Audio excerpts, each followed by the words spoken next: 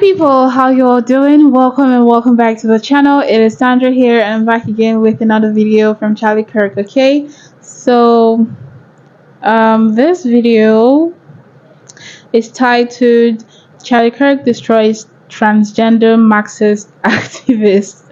Okay, so Marxist activist, interesting. Alright, so let's just hop right into this video, okay? Are we going to ignore the fact that the Founding Fathers were incredibly racist? Do you think that they were... Oh, okay, so you think they were racist. Of course they were racist. So then why did they try to abolish slavery? Where did George Washington get his teeth? Okay, so how many states decided to make the Northwest Territories... Answer this question. Answer this question. Where did George Washington get his teeth? They were blended individuals.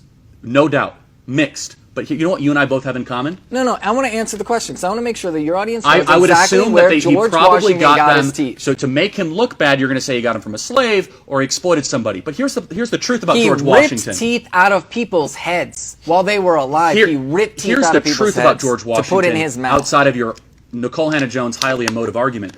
Everybody has something in common. We're born into a world we didn't create. And every one of these founding fathers were born into a world where slavery was everywhere. By the time they died, it was on its way out. Do you know That's what an Thomas incredible Paine said about moral slavery? good. It wasn't on its way out when they were all dead. Hold on a second. How many states abolished slavery by the time the Constitution was? Paine How many said states about abolished slavery by 1787? 9 out of 13.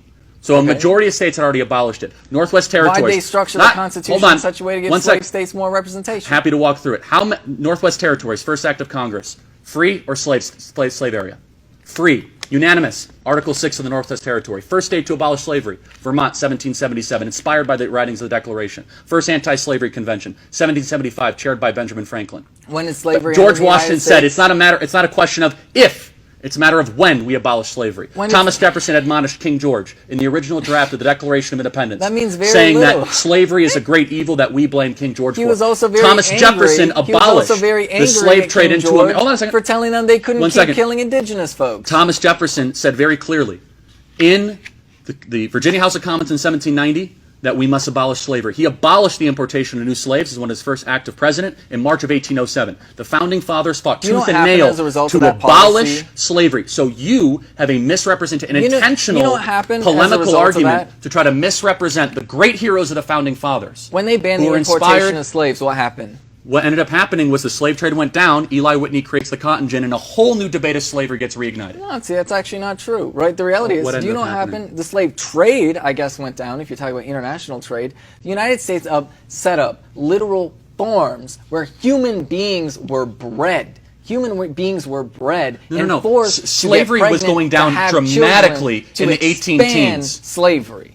18 teens, it's going down. 9 out of 13 states that abolished it. You were talking about the 1770s, and now all of a sudden we're at the 18 teens. Guess what? We just guess jumped 50 years. Thomas Jefferson was president in 1807. So you got to get your years right, okay, before we talk about this. So he was sworn in March of 1807. He was governor of Virginia in 1790. Wrote the Declaration in 1776. So when did slavery end in the United States? Great question. It began to end in 1777, a process of decoupling from an ancestral evil, where we have more people in the world right now that are slaves today than back then. The process began 1820s. The debate reignites because of John C. Calhoun, the creation of the cotton gin. We fight a war over it. We win the war, and slavery is abolished. That's a pretty awesome track record for a country that inherited an evil that every other country prior to it had. It was the West that got rid of slavery. It was William Wilberforce. It was John Edwards. It was George Whitefield. It's easy to kind of do your thing like, well, it's terrible, it's bad. Yes, it's easy to call balls and strikes on a society you didn't create. It's easy to try to lecture the rest of the country, be like, you know, these people are so terrible for something you didn't toil for or sacrifice for. Have an ounce of gratitude for what these people created and the country you get to live in. Let me have that trippy laugh like he did.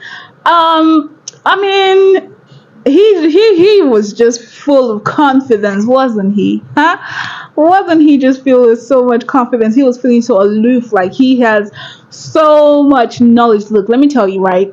That man, I don't know, there's just something annoying about him. I'm sorry, but yeah, there was just something so annoying about him, right? And he doesn't know a lot. Like, he doesn't know a whole lot. For like how long it seems like he has been on Earth, he really knows less than he should, right?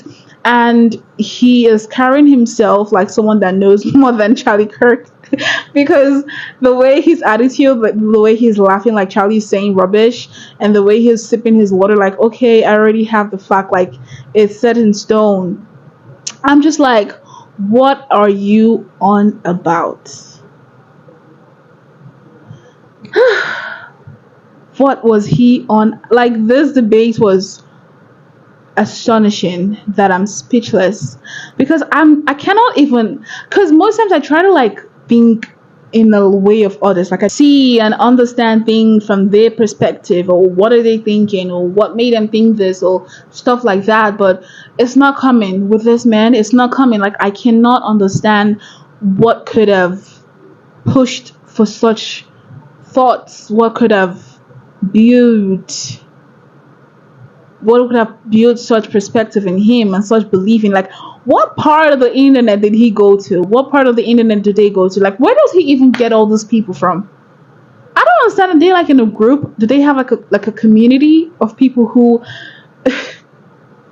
people we did get into this, and trust me, it's so crazy that this isn't even the worst of it all. Okay, that is the craziest part right now, because this actually isn't the craziest and isn't the worst of it all. There are more out there, and bet me Charlie Kirk is gonna get them for us. But nonetheless, I did get into this. I want to know what y'all think about this man and just the debate in general.